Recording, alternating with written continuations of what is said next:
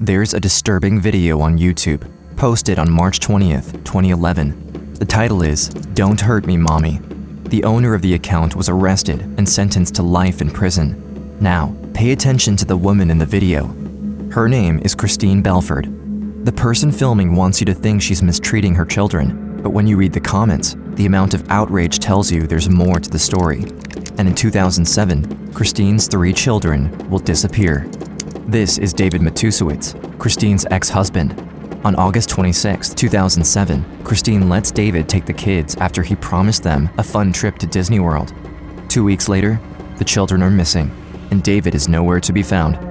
What follows is an 18 months international manhunt as David, his mother Lenore, his father Thomas, and his sister Amy will orchestrate the worst case of cyberstalking the state has ever seen. The first people in the entire country convicted of cyberstalking resulting in death. J85, I'm in the courthouse in Wilmington Courthouse. We got shots fired here. 10-4 J85. First and foremost, this was not a random act of violence. Where in the courthouse? In the top lobby. I don't know what the status is yet. Shots have been fired inside a Wilmington, Delaware courthouse. In the lobby, I got 2 additional subjects down. Witnesses say a man shot and killed 2 women. Our next 2-4-7-5, shooters down, shooters down. We are now getting word that the gunman may be dead. The FBI is on site, the Secret Service. A shooting occurred at about 8 o'clock this morning. On February 11, 2013, an unidentified man opens fire inside a Wilmington courthouse, fatally shooting 2 women before taking his own life. The investigation is still preliminary at this time. Processing the entire scene. We have tactical teams searching every floor of that courthouse. The gunman's vehicle, a white SUV, is found parked across the street. Inside, police find a red notebook in which is written a hit list of future targets. One of the names, Timothy Hitchings, Christine Belford's lawyer. Obviously, I was intended to be killed that day. We didn't know who might still be at large looking for me. CCTV footage shows 2 men exiting the vehicle before one of them calmly crosses the street and enters the courthouse alone. At 12:10 p.m., police release a statement to the press, saying the gunman was related to one of the victims. One victim was reportedly the shooter's estranged wife. David Matusiewicz shot and killed Belford inside the Newcastle County Courthouse. The truth, however, is far more disturbing. Detective Schreiner, who was called to the scene on February 11th, describes in an interview exactly what he found. I heard on my police radio about a shooting at the courthouse. Obviously, I immediately responded. I saw 2 individuals on the ground. There was another individual on the ground just outside the rotating door. When he walks across the lobby, he recognizes one of the people deceased. I said to myself, oh my. And I knew what this was about. Detective Schreiner is the only person on site to be familiar with the case of Christine Belford and David Matusiewicz. Right away, he assumes he knows who the shooter is, but Detective Schreiner is wrong. September 9th, 2007, 6 years before the shooting, at around 9 p.m., Detective Jeff Schreiner of the Missing Persons Unit receives a call from a distressed mother claiming that her 3 daughters have been kidnapped. The woman on the phone is Christine Belford, and the man who she claims abducted her children is her ex-husband, David Matusiewicz, along with his mother, Lenore Matusiewicz. Christine explains that David took the girls on a 2-week trip to Disney World in Orlando, Florida, but never returned. At first, Schreiner doesn't think it's a kidnapping, just another case of parents fighting over custody. I didn't initially look at it as something strange. Parents, they're not concerned about getting the children home. They want to get as much time with the children as they can. But when Schreiner tries to contact David, he's nowhere to be found. His suspicions increase when Christine shows him the custody papers. It states that David made various allegations claiming Christine is an unfit mother and that he should have full custody. He started off by saying I was bipolar, trying to have me committed so he could have the kids. As the investigation begins, Schreiner first looks at credit card records. It shows David's last transaction was made on August 26th. The day that they left for Florida. It just told us he was taking off. It's your worst fear come true. It's not ever good when it's a stranger, but when it's your parent, I have a very hard time believing that a parent would do that. Right away, Detective Schreiner sends out a missing persons report. But no one knows just what David and his mother have in store. More than 2,000 miles south in Hidalgo, Texas, Christine's 3 daughters, Laura, Lee, and Karen, are sitting in the back of a Winnebago. David and Lenore are up front. After driving on Interstate Highway 2, David takes the nearest exit and turns on International Boulevard toward the Mexican border. In less than 1 mile, U.S. jurisdiction will end. As he reaches a customs booth, The agent grabs their passports and asks how many people are inside the RV. As David answers, he shows no signs of being worried. Neither does Lenore. The agent can hear the girls talking and playing in the back. He looks at the passports, one at a time, then hands them back to David and opens a gate. David and Lenore have now successfully crossed international lines. What authorities don't know is, David started planning his crime as early as last year. In December 2006, he made arrangements to get fake IDs for himself, his mom, and all 3 girls. David crossed the Mexican border on August 28th and left no trace behind. Now, with a 2-week head start, they could be anywhere. Investigators search David's house. They find ties to a New Zealand bank account and to Canada. Schreiner has also discovered that David sold the Vision Center for $650,000. What's worse, David has taken a line of credit for $249,000 under Christine's name, for which he forged her signature. I'm sitting here in Delaware trying to figure out where they could have gone, what they could be doing, searching on the internet, doing whatever I could. She was very strong through all of this. I don't know how she did it. It was all with grace. Even though she hadn't slept the night before, she would go out there and try to do right by those kids. November 2007. Christine's daughters have been missing for 2 months. Thomas Matusewicz and his daughter Amy Gonzalez deny knowing anything about where David and Lenore went. Strangely enough, both Thomas and Amy moved to Edcouch, Texas, less than 20 miles from the Mexican border. All those things didn't add up at all. At that point, I assumed that the whole family was involved. The search goes international. Every news outlet talks about the kidnapping of 3 girls by a Delaware optometrist. This is video of Dr. David Matusewicz. In August 2007, police allege he left the country with his 3 daughters. U.S. Marshals get a hit. They find that David is hiding in Cerro Azul, just 1 hour outside of Panama City. They mobilize a team, but David vanishes before they can move in on his house. Soon after, the FBI gets a hit on David's passport, crossing over to Costa Rica, and then, nothing. For the next 16 months, the chase grows cold. March 2009. Christine is losing hope. She hasn't seen the girls in 18 months. Karen, the youngest, will be turning 4 soon. She had just turned 2 when her mother last saw her. Christine's eldest daughter, Katie, describes in an interview a glimpse into what Christine went through. It was hard. We would get tips saying that they were here or there. So my mom would get on a plane and then it would just be, no, they're not there. My mom started to feel worse and worse about everything. It was getting to a point where I didn't know if we'd ever find these children. At that time, the FBI gets a break. After tapping Amy's cell phone, they trace one call to South America, to the small town of Catarina, Nicaragua. We did put an all-points bulletin out to be on the lookout for a 33-foot RV with Delaware tags on it. It's not a very common vehicle in Nicaragua. March 13th, 2009. A police officer in Nicaragua pulls over a car for a routine traffic stop. The driver of the car is David, and with him, his daughter Laura. David has been going around town selling his daughter's belongings for money after he spent the entire $1 million he planned for his kidnapping. As David hands the officer his driver's license, the officer ignores it and instead asks David to step out of the vehicle. David is immediately put under arrest and Laura is taken to the police station. Less than an hour later, Lenore and the 2 youngest girls are located in the RV, a few miles away. That same night, Christine jumps on the first plane to Nicaragua. It was exciting to hear that they had been found, but it was almost unreal because they'd been gone for so long. How do you believe something like that? Although she's thrilled when she's reunited with them, Christine is shocked to hear what David has been telling them about her. Laura, the eldest who is now 6, says she was told her mom had ended her life.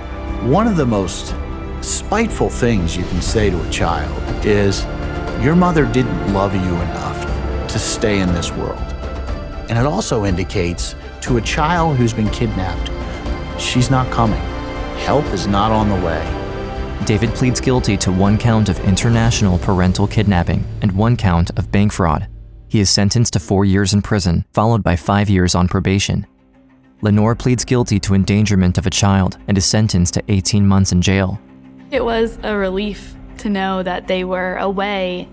But my mom knew that while they were in jail, she had to terminate their rights before they got out again. Although David and his mother Lenore are behind bars and the children are now safe, the nightmare that lasted 19 months was only the opening act to the terror the Matusowicz have in store for Christine. On December 22nd, a letter is sent by David from prison to Amy's house. It reads, "I'm done playing Mr. Nice Guy." No one understood what kind of monster they were dealing with. All right, next 247, shooters down, shooters down. March 2009, 4 years before the courthouse shooting. The return of Christine's 3 daughters makes the front page of the News Journal, showing a picture of Christine with Laura and Karen. When my sisters first came back, they were actually super skinny. They had cavities in their teeth. Karen had pink eye in both eyes. They just didn't look like themselves. For a while, life is almost back to normal. With David behind bars, Christine can finally breathe a sigh of relief. At that time, a woman reaches out to Christine after she heard about the kidnapping. Cindy Bender added my mom on Facebook and sent her a message saying like, "Hi, I'd been following the story and I just wanted to reach out and, make sure you guys are okay."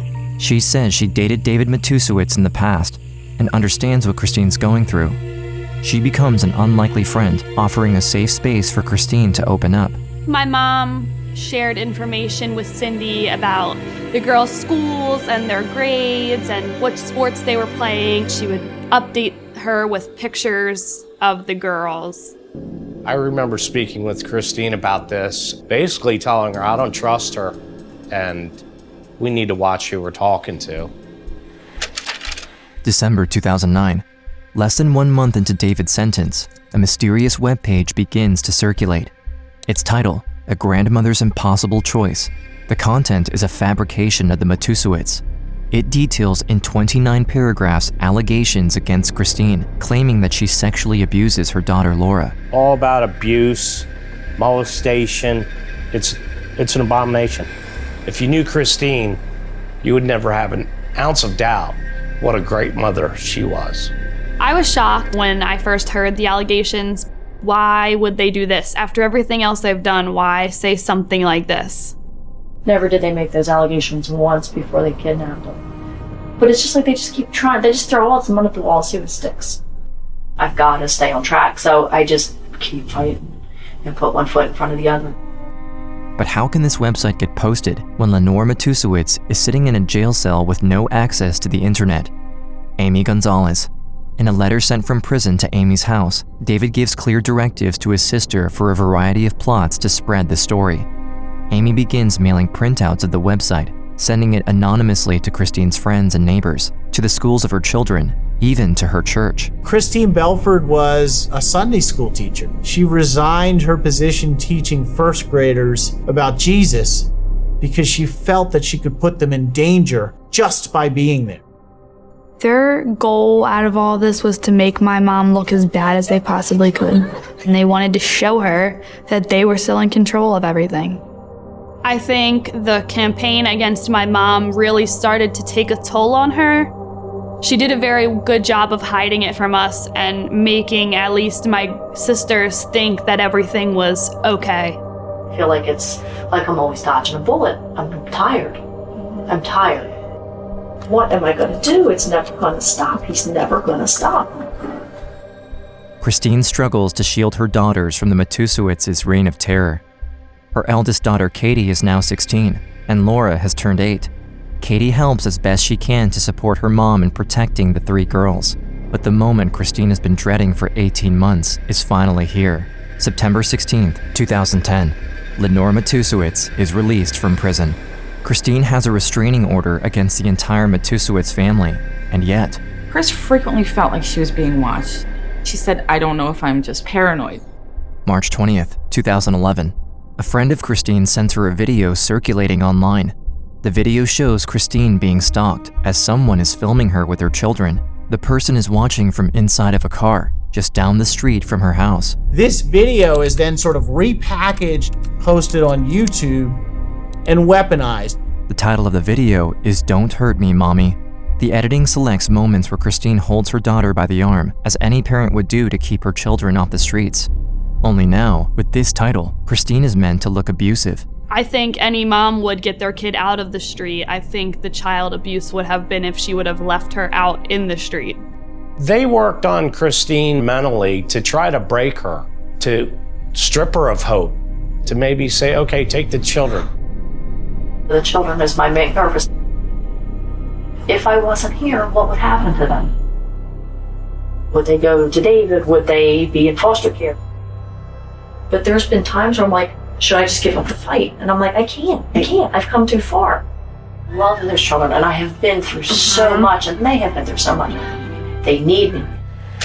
December 2011, Lenore and Thomas drive over 2,000 miles and come knocking at Christine's door unannounced. The children are home, but Christine isn't there. My sisters were terrified when they realized that Thomas was at our house. I tried to take them into the bedroom, but they were still scared. Thankfully, Gerald is there.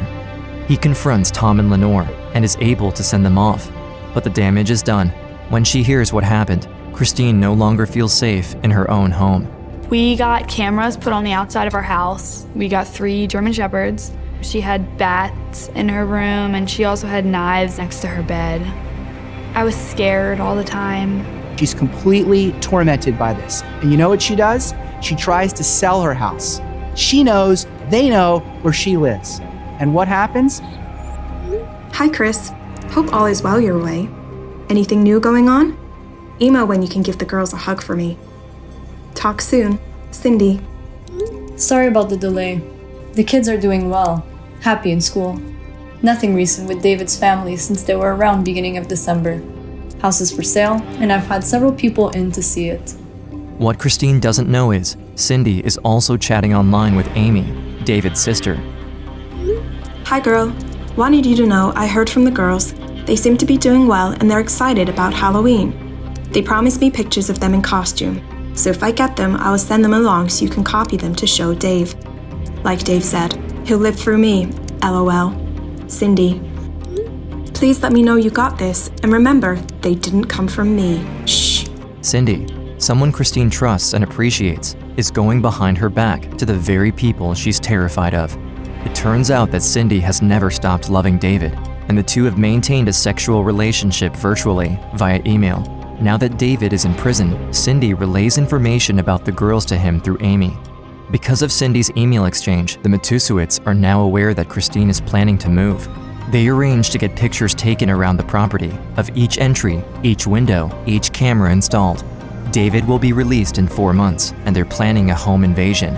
Christine has no idea, but she can feel something is wrong. Chris did tell people that she thought that they were going to kill her. In a letter to her attorney, Christine writes, "David has nothing to lose at this point. He has lost everything. He may allow me to survive, to suffer. I may survive long enough to watch the girls be harmed. I may even go missing." Christine is expecting the worst. She trains her daughter Katie for an emergency escape through the master bedroom window.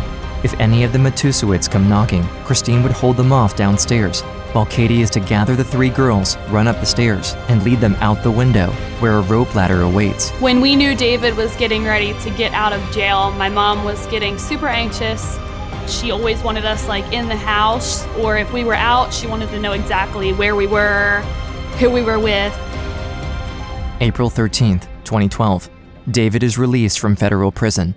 As he is placed on a 5-year probation, he goes to live with his family in Edcouch. Soon after, he writes to Amy the following email: "Prepare yourself to be managing 4 children by this time in 2013. As Christine is getting her kids ready for school, she keeps a happy face, making sure the girls don't get worried. But Katie knows exactly what's troubling her mom. I was kind of nervous that morning because I knew that she had court. A simple child support hearing. That's all it was intended to be. I knew that David was going to be at court. My mom was very stressed out. She tried to not show it to us, but you could tell.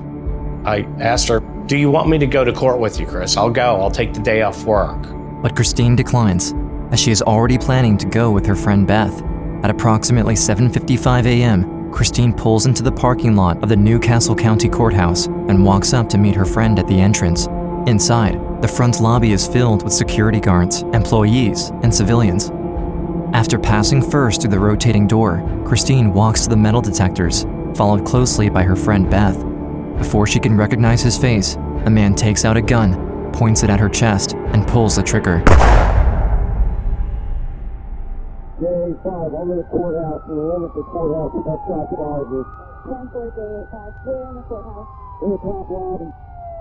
I was at my grandma's house. I was actually looking at my phone, and someone had posted that there was a shooting at the courthouse. My phone rang twice, and it was someone from Christiana Hospital. Are you Gerald Purcell? Do you know Christine? And he told me that she had died. It felt like a huge part of my heart was gone. Katie was crying. She said, they did it. They did it. They killed my mommy. They killed my mommy.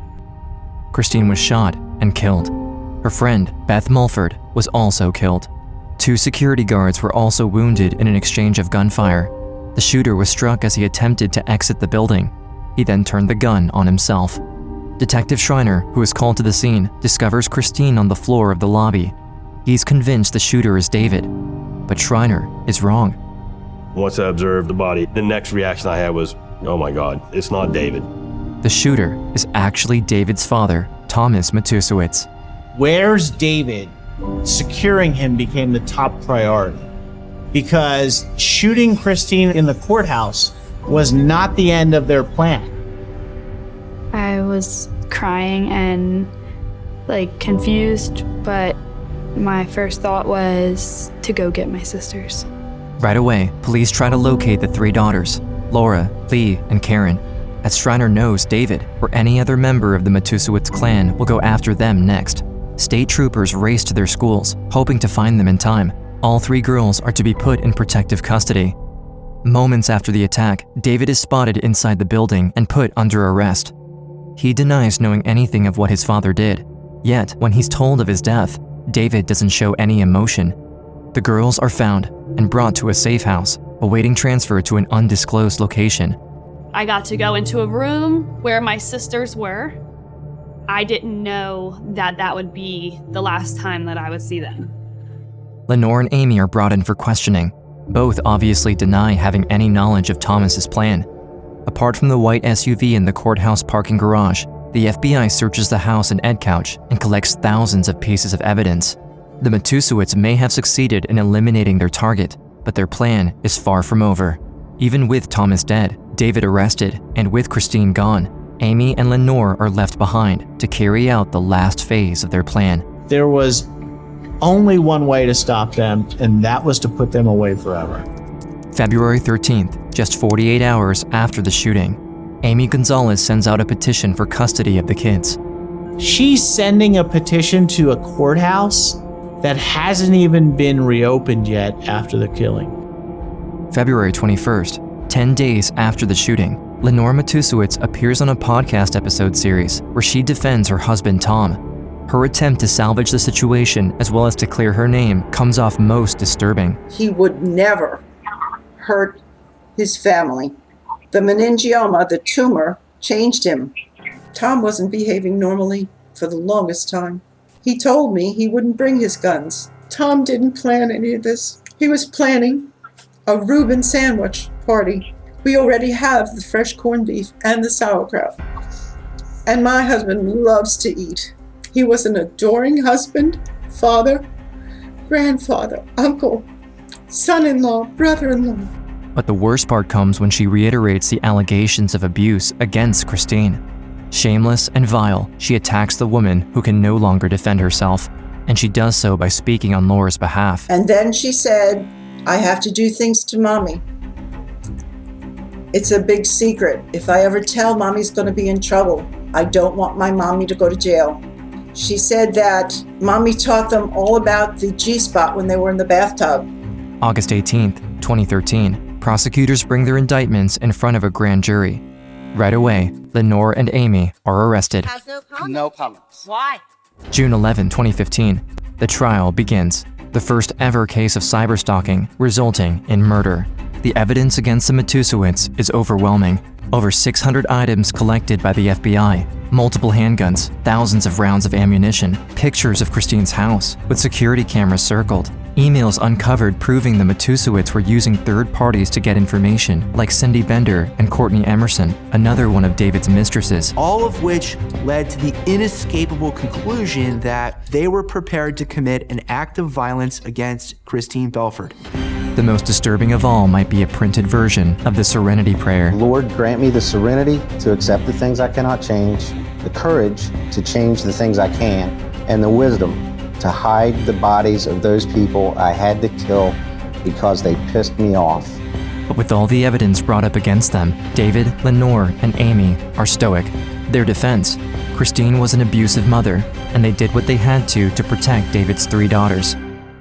When Katie takes the stand, she defends her mother with all her heart, describing how she was terrified, and pleads to the judge, "The Matusowicz will never stop until they have my sisters."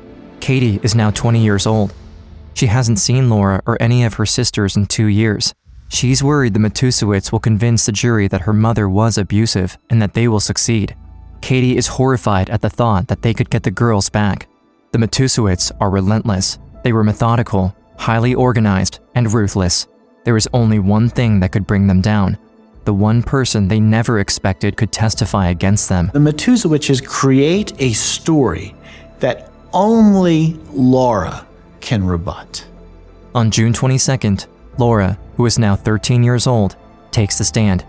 Her testimony is given behind closed doors for her own safety, but one sentence from Laura's mouth is shared with the press. None of it is true. She was never abused. Everything the Matusowicz have said is a lie. She was the one at the very end who restored her mother's reputation in a way that nobody else could. That's a lot for a 12-year-old girl to bear. The Matusowicz stood silent, and the lies fell apart right in front of the jury. This trial represented an extension of Christine Belford's fight. It represented the bravery and courage of her children who came into this courtroom and testified on her behalf. David Matusowicz, his mother Lenore, and his sister Amy are all found guilty and sentenced to life without parole. They will never get out of prison again. It's a victory for 3 young girls and Christine. I think my mom had to fight for my sisters continuously and be strong for them because she wanted them to have the life that they deserve to live. Christine left behind a legacy that will never be broken of 4 beautiful daughters. 4 girls who are strong now. We're stronger because of everything that we went through. Through them, Christine's memory lives on, and she becomes stronger than ever. The Matusowicz may have taken her life, but they will never take away her spirit. We don't have this false reality of everything being great. We know how the real world works, and we know the dangers of everything. My mom never gave up, and she was strong, and she fought till the very end. The children is my main purpose, so I just keep fighting and put one foot in front of the other.